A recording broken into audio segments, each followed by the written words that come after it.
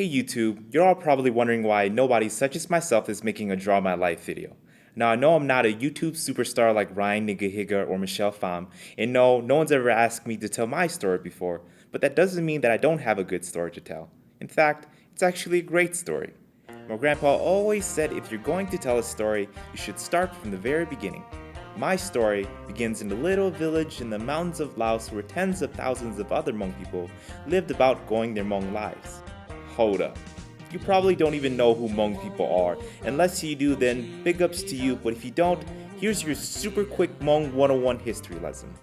Hmong people are believed to originally be an ethnic Chinese group until they were forced to migrate throughout Southeast Asia.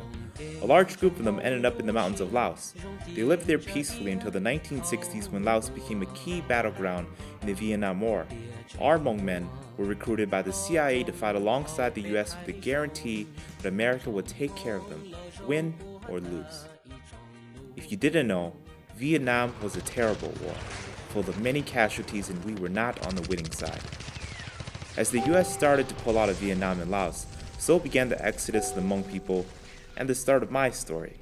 The story has always been told to me that my parents were a young couple who had been trying for a very long time to have a child of their own. Depressed and defeated, they went on their way towards their fields and cattle. They would have walked right into a battleground had it not been for an old Laotian woman traveling alone with nothing but a little bundle on her back and an offer that my parents could not refuse. That little bundle she was carrying was me. I was one of the many orphan babies from this war.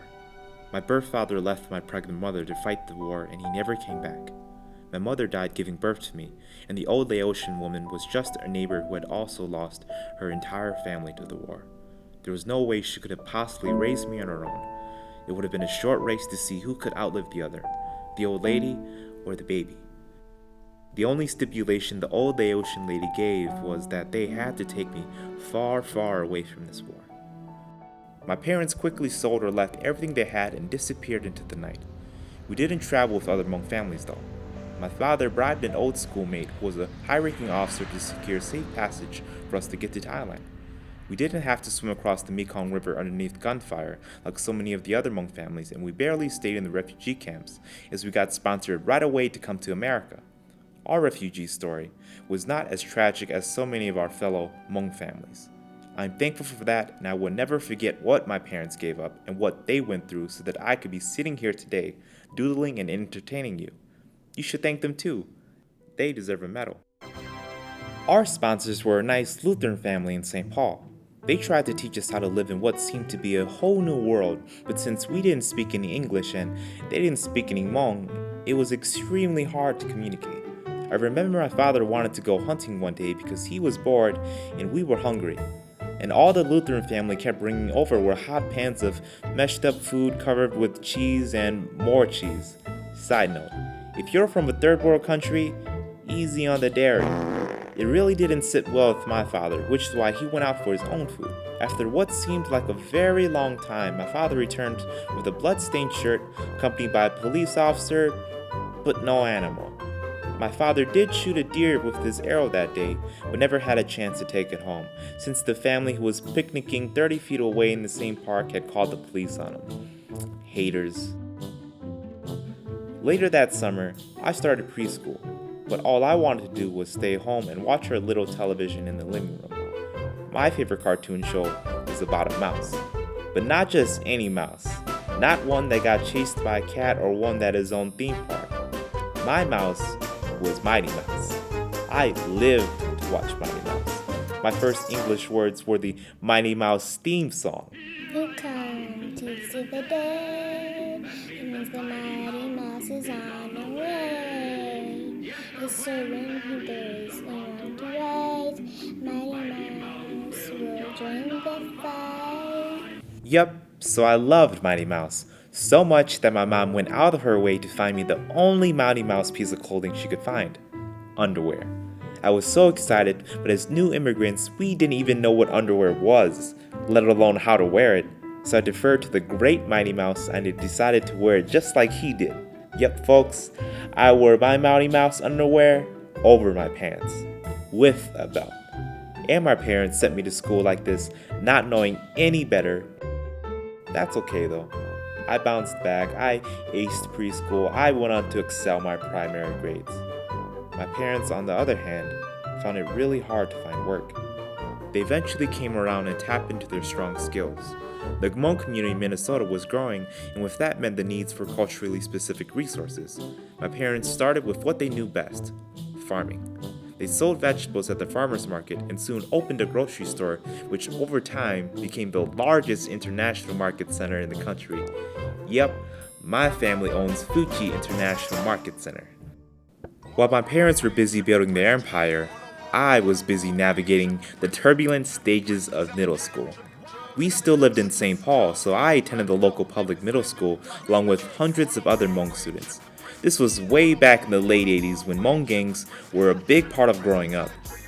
If you were a young Hmong boy, you were either in a gang, waiting to join a gang, or running away from a gang. Hmong gangs, like many gangs out there, formed because of their need for affinity. If you were the only Hmong kid in your class, you would for sure get picked on. But if you were with or associated with a group of tough Hmong kids, the chances of people messing with you were much slimmer. You see, I like that. The sense of affinity, the sense of belonging. The gangs even helped the older Hmong people in their community when they got picked on. It made me feel a lot like Mighty Mouse. We saved people's days and girls really liked us. Alright, this isn't Hollywood quite yet. The truth is that we were just a bunch of Hmong boys who were really tight. I didn't have any brothers or sisters, so they were like my family. A family of gangsters and I were on the verge of a full-fledged initiation. To protect the innocent, which is my ass from getting jumped, we'll call this gang the Pink Tigers. I was totally down with the Pink Tigers until I started seeing things that I didn't really like. Instead of helping out the elderly, I saw them take advantage of them. They would brag about how they stole their grandma's SSI check and blew it all on alcohol for the homies. They started to pick fights with people who weren't even messing with them and said it was because they needed to assert their dominance. And what really turned me off was how they treated the girls that worshipped them. These poor young girls would run away from home and end up in situations that I would never wish on anyone's sister, daughter, or wife. That was it. I couldn't be a part of it anymore. Luckily, I was young enough to start slipping out of the scene without calling attention to myself. My family also moved to the suburbs, and I started high school at a predominantly white school. This was also an interesting stage of my young adolescent life. I found myself living two lives, a very American life at school and a very Hmong life at home.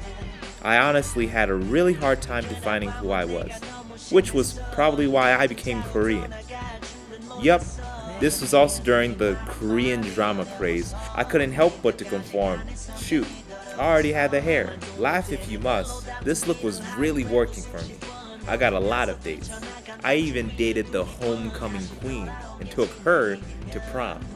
After that, we stopped seeing each other, but luckily, I got into a decent state college where I would go on to attempt to find myself and at least a dozen more girls who at least define how I was feeling at that time.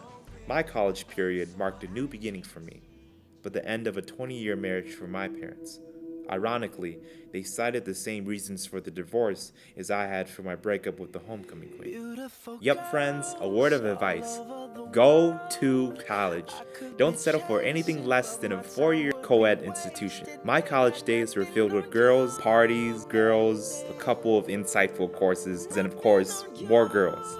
Now don't get me wrong, I wasn't a man whore. You see, I just have a deep appreciation for diversity, and I really, really wanted to find that one special, perfect girl.